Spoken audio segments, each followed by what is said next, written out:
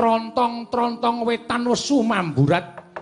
Esuke wis arep teka, Sang Hyang Surya wis meh tunggang gunung.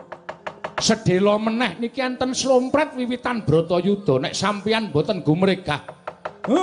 Pandhawa bakal ngendelong barisane lho, Ndara.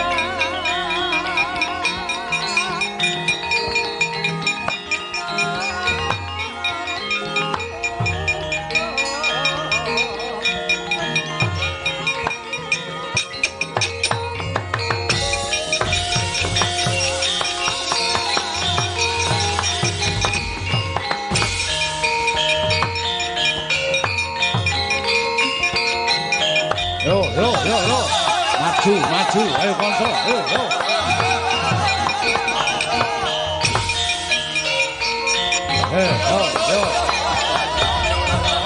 Ayo.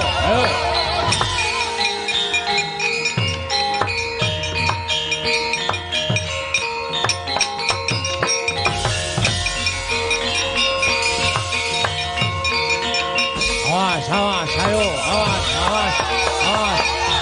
Konco hati-hati.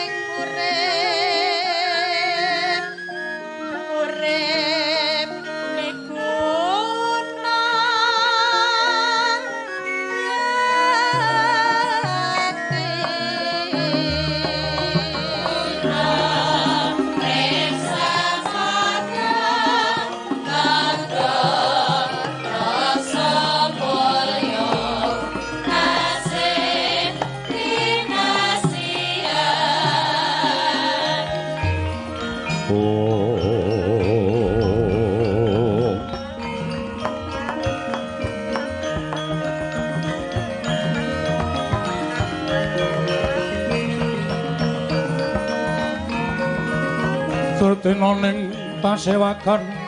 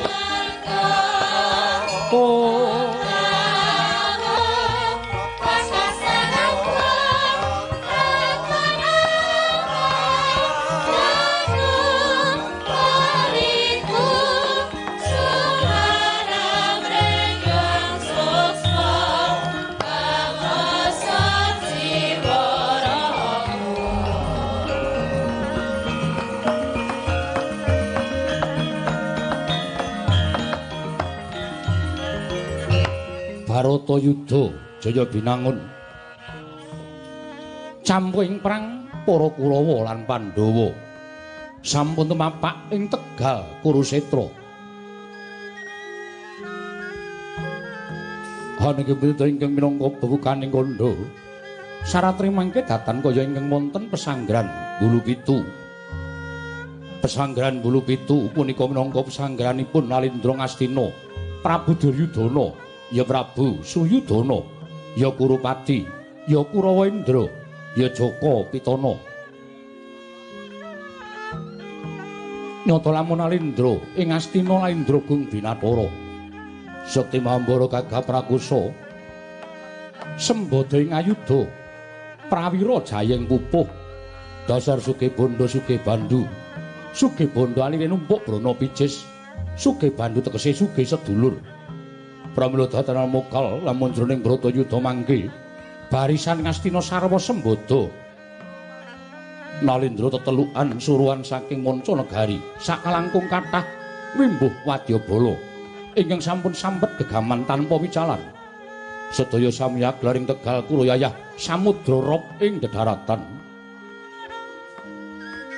pesanggrahan Bulupitu joglo sak perbata siwi gedene kinemulan runtek umbul-umbul kumalebet ngendanu kadyarga kaparegi manda pelatrani neksa Maryam pusaka Ngastina Nama Kyai Mendung jinajaran Kalantaka sak sisih ngrangap pindha bajul sak rawa bareng nebo saubenging pesanggrahan pinagran prajurit carangan stabilan perang tandang Jagabela rajek wesi Singanegara arapet pepet pipit tanpa sela turta sami sikep dedamel rumanti kaprajuritan yang kepraboning perang siang rati anggung gumanti hanggung siaga tumbak cinonco ngrangap pindha jati ngarang mangsa ketiga pedhang linigan pating karelep yayah kilat tadit sesautan jembaring mangewu-ewu pinendhang ana ing langkap kaya alas glagah binabatan godo mayuta-yuta bindi makedhi-kedhi hanggegrisi kaya srenggala anglebur gongso kaya-kaya sinela swaraning trompet tengaraning wadya miyangku mricing ing kekapa pangriking kuda pangrempeting dwi pangga yayah gerah kapat ing mangsa labuh dasaring mangsa ketiga pramila pasiten Tegal Kuru sinampar sinandung dening para wadya mahanani bledug mangampak-ampak kumendeng hangebengi jroning pesanggrahan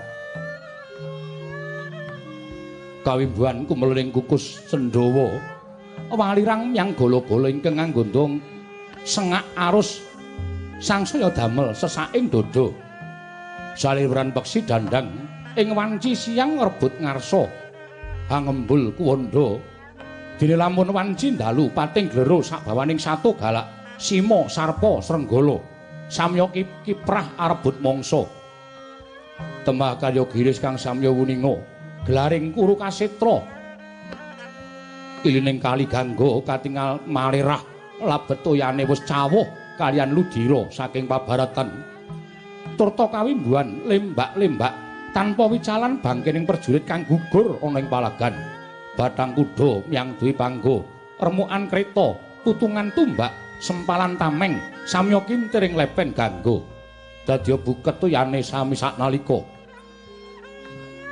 Pauta lamun kacaritakna gumlaring Bratayuda Jaya binangun kaya sarati tanara pedhot pinunggal kang kawicarita nalika semana nuju hari Sukra cemengan wanci enjinge Srinata Prabu Duryudana kepareng miyos wonten sasana parapatan agung lenggahing dampar denta pinalipit kencana mulya hasesemek kasur babut permadani sinasapan satra jingga sinelam benang rukmi sari kaukuping renda adip pindha sekar legundi sanata pantesang rasuk kaprabon kang sarwisine sutya baludu edi sak kembaran benang mas meromong pating galebyar pating calorot rebut praba lawan surating Sang Hyang Pratanggawati dadan kantun para abdi prajurit wanita ingkang samya andher lenggah hanjajari Srinata Ngastina sadaya samya sawigara manti upacara keprabon tuwin sikap kepraboning prang cundrik patrem yang jemparing datan kantun wonten ugi sawening abdi prajurit wanita ingkang ngampil busana ageming nata nenggih tameng gongsa krewaja punapa dene gada pusaka Astina Kyai Sapu Jagat sampun sumadya ing sisih tengenipun dampar plengganipun Sanata Prabu Duryudana